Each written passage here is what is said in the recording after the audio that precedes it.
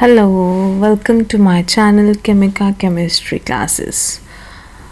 Now we are proceeding towards our next topic, that is applications in thermodynamics. Like we are pursuing thermodynamics chapter and उसमें हम आगे proceed कर रहे हैं उसके applications में कि how हम internal energy आगे भी use कर सकते हैं कि बहुत सारी chemical reaction होती है जिसमें mechanical work होता है और बहुत heat release होती है, लेकिन it is important for us to quantify these changes and relate to these changes to the internal energy. अब हम देखते हैं हम कैसे इंटरनल एनर्जी से इसे रिलेट करते हैं. Right, first is work. हम वर्क से कैसे इसको रिलेट करते हैं कि अगर हमें पता है कि नेचर क्या होती है work a system can do, मतलब एक नेचर है कि सिस्टम में अगर वर्क होगा तो वो चीज़ क्या क्या प्रोसीड कर सकती है. तो हम एक मैकेनिकल वर्क के ऊपर आगे बात करेंगे. मैकेनिकल वर्क का मतलब क्या होगा, हम प्रेशर और वॉल्यूम के वर्क के ऊपर इस एप्लीकेशन में बात करेंगे. राइट, सो अगर अब इसको समझने के लिए हमें ये देखना चाहिए कि अभी हम एक जैसे कि एक ये सिलेंडर है. राइट,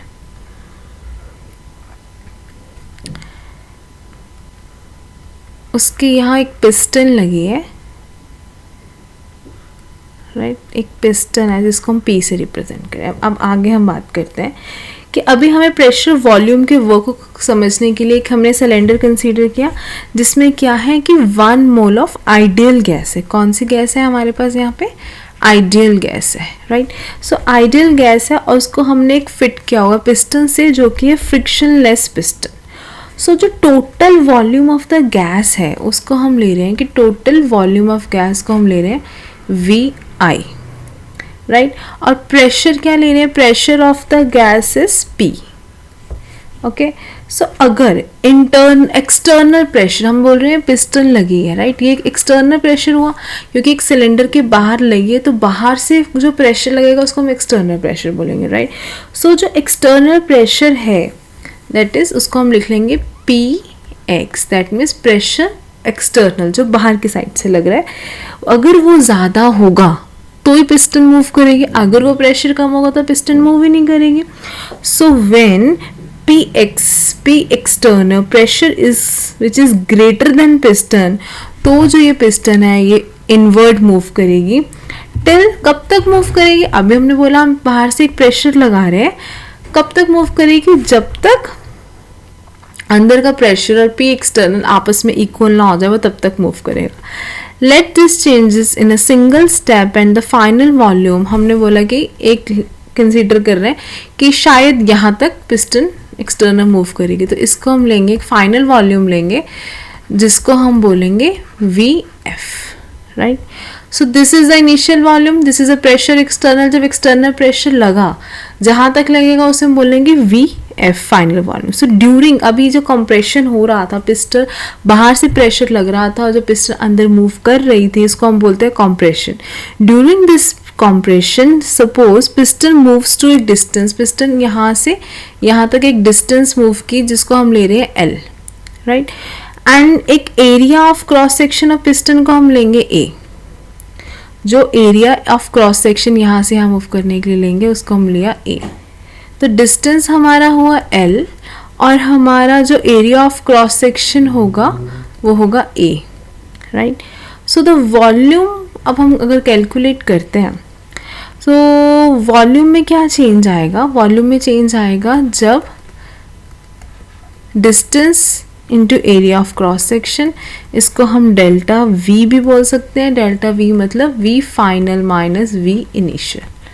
राइट, सो अभी हमें जैसे पता है कि what is pressure, as we all know pressure is force upon area.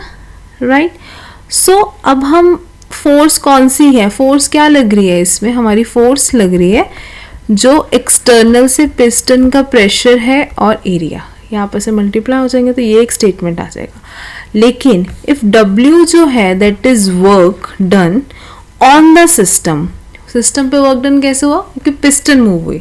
अगर work done on the system है तो W work is equal to force into distance, force into distance. तो फोर्स की हमारी वैल्यू है P external A into distance हम ले रहे हैं L, राइट। सो हम इसको ऐसे भी लिख सकते हैं, P एक्सटर्नल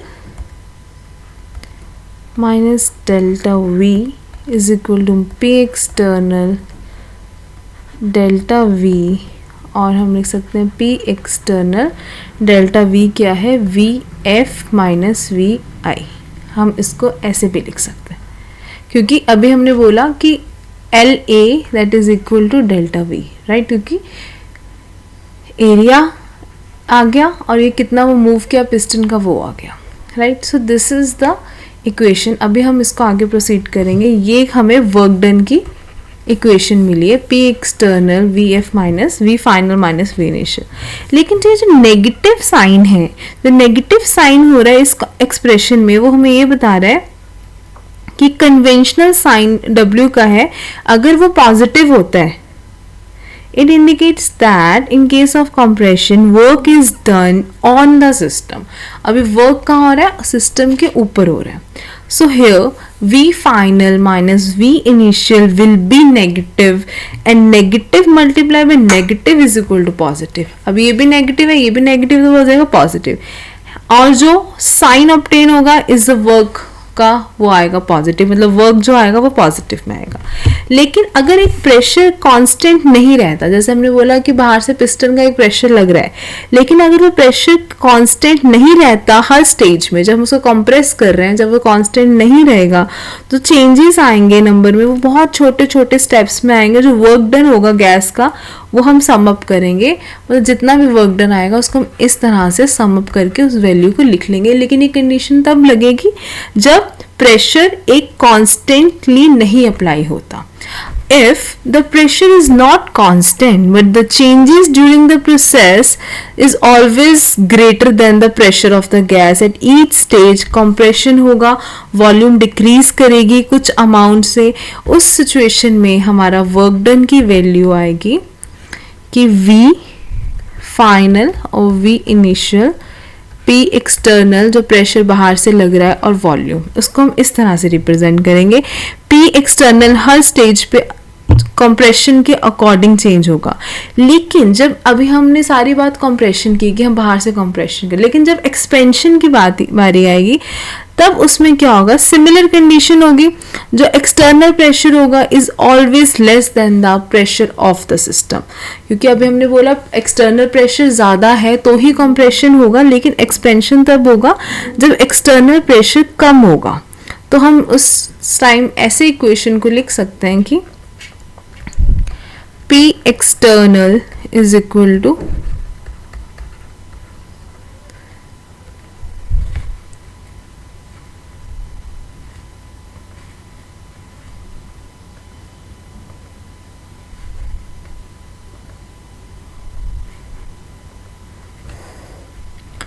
P external इसको P internal pressure by dP। In general this process को हम बोलते हैं रिवर्सिबल प्रोसेस। अब रिवर्सिबल प्रोसेस क्या होता है, अब प्रोसेस को हम रिवर्सिबल कब बोलते हैं, जब चेंज जो आता है वो इस तरह से होता है कि जिस प्रोसेस को किसी भी मोमेंट पे हम इसको रिवर्स कर सके।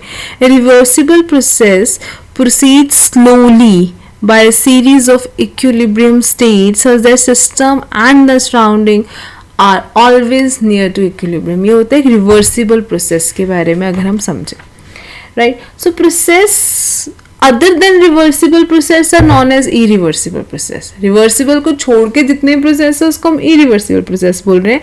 लेकिन केमिस्ट्री में जब हम बात कर रहे हैं कि वर्क को रिलेट कर रहे हैं इंटरनल प्रेशर ऑफ सिस्टम से, तो हम ये देखते हैं कि जो इंटरनल प्रेशर ऑफ सिस्टम है अंडर रिवर्सिबल कंडीशन, तो उस रिवर्सिबल कंडीशन में हम कैसे लिखते हैं वर्क को, कि work under REV is reversible, V final वो V initial, P external DV, right. तो इसको हम ऐसे भी लिख सकते हैं P internal pressure is not dP by dV। सो जो ये डी पी डी वी को अगर हम मल्टीप्लाई करेंगे इज़ वेरी स्मॉल, तो हम इसको सिर्फ ये भी लिख सकते हैं कि वो उसकी वैल्यू बहुत लो आती है जब हम इन दोनों को मल्टीप्लाई करेंगे। तो उसमें हम इस तरह से भी लिख सकते हैं फाइनल और वो initial minus P internal by D V. So ना the pressure of the gas जो हमने इंटरनल लिया है can be express in term of its volume through gas equation. So ideal gas equation क्या होती है, P V is equal to N R T, right. तो हम इसको ऐसे भी लिख सकते हैं, pressure is equal to N R T by volume. So एक कांस्टेंट टेम्परेचर, आइसोथर्मल प्रोसेस क्या होता है, आइसोथर्मल प्रोसेस वो होता है जिसमें हमारा टेम्परेचर कांस्टेंट रहता है। So W reversible is equal to V final by V initial minus nRT, ये प्रेशर की जगह हम यूज़ करेंगे इसको, और dV by V is equal to minus nRT log V final by V initial is equal to minus 2.303 nRT log by V initial. So this is all about the equation of constant temperature जब isothermal process होगा। लेकिन अभी हम बात करेंगे expansion की। Free expansion में क्या होता है, फ्री एक्सपेंशन, फ्री एक्सपेंशन क्या होता है, एक्सपेंशन जो गैस की होती है वैक्यूम में होती है, और जो पी एक्सटर्नल होगा वो ज़ीरो होगा क्योंकि वैक्यूम में होगी, और उसको हम बोलते हैं फ्री एक्सपेंशन। मतलब no work is done during free expansion of an ideal gas whether the process reversible है या इरिवर्सिबल है, लेकिन जो वर्क होगा वो नहीं होगा, वर्क डन जो होगा वो ड्यूरिंग फ्री एक्सपेंशन वो होगा ही नहीं, वो डिपेंड नहीं करता रिवर्सिबल है कि नहीं। सो उस टाइम हम जो इक्वेशन है हम उसको इस तरह से भी लिख सकते हैं कि W is equal to minus P external delta V, और इस इक्वेशन को अगर हम बात करें तो delta U is equal to Q minus P external delta V। Here if a process is carried out at constant volume, अगर volume हमारी कांस्टेंट है मतलब वॉल्यूम ज़ीरो है, तो हमारा इक्वेशन आएगी delta U is equal to Q V, and this subscript V and QV denotes the heat is supplied at constant volume। अब हम बात करेंगे एक isothermal and free expansion of an ideal gas कि what is the isothermal and free expansion of ideal gas। for isothermal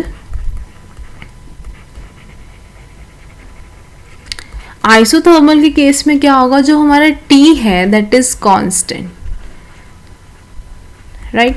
अगर T constant है, expansion हो गया आइडियल गैस की वैक्यूम में होगी तो हमारा वर्क डन भी ज़ीरो रहेगा, ठीक है। और since P external is zero also the experimentally अगर हम देखें तो हमारा Q भी ज़ीरो रहेगा और हमारा डेल्टा U भी ज़ीरो रहेगा इन आइसोथर्मल, राइट। सो जो इक्वेशन है हमारी, जो हमने सबसे पहले एक इक्वेशन ली थी कि जो फर्स्ट लॉ ऑफ थर्मोडायनेमिक्स था कि delta U is equal to Q plus W, right? So that can be expressed for isothermal, irreversible और reversible change भी हम उसको देख सकते हैं। So isothermal पहले हम लेंगे isothermal irreversible, डबल आई इसको हम बोल रहे हैं, तो उसमें क्या होगा, जो Q है that is equal to minus W that is equal to P external by final minus V initial. उसको हम इस तरह से भी लिख सकते हैं कि Q हमारा ज़ीरो हो जाएगा, राइट। और अगर जब आइसोथर्मल रिवर्सिबल प्रोसेस होगा उसमें क्या होगा, मतलब आइसोथर्मल और रिवर्सिबल, अगर हम उसको लिख रहे हैं तो Q is equal to minus W that is NRT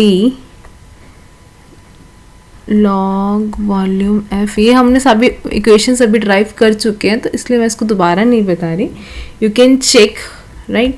so -2.303 log की वैल्यू लगाकर NRT log V final minus V initial. So एक एडियाबैटिक केस में क्या होगा, एडियाबैटिक केस में तो Q 0 होगा, तो उस केस में क्या होगा, delta U is equal to work done on adiabatic WT, right? So this is about the isothermal and the free expansion.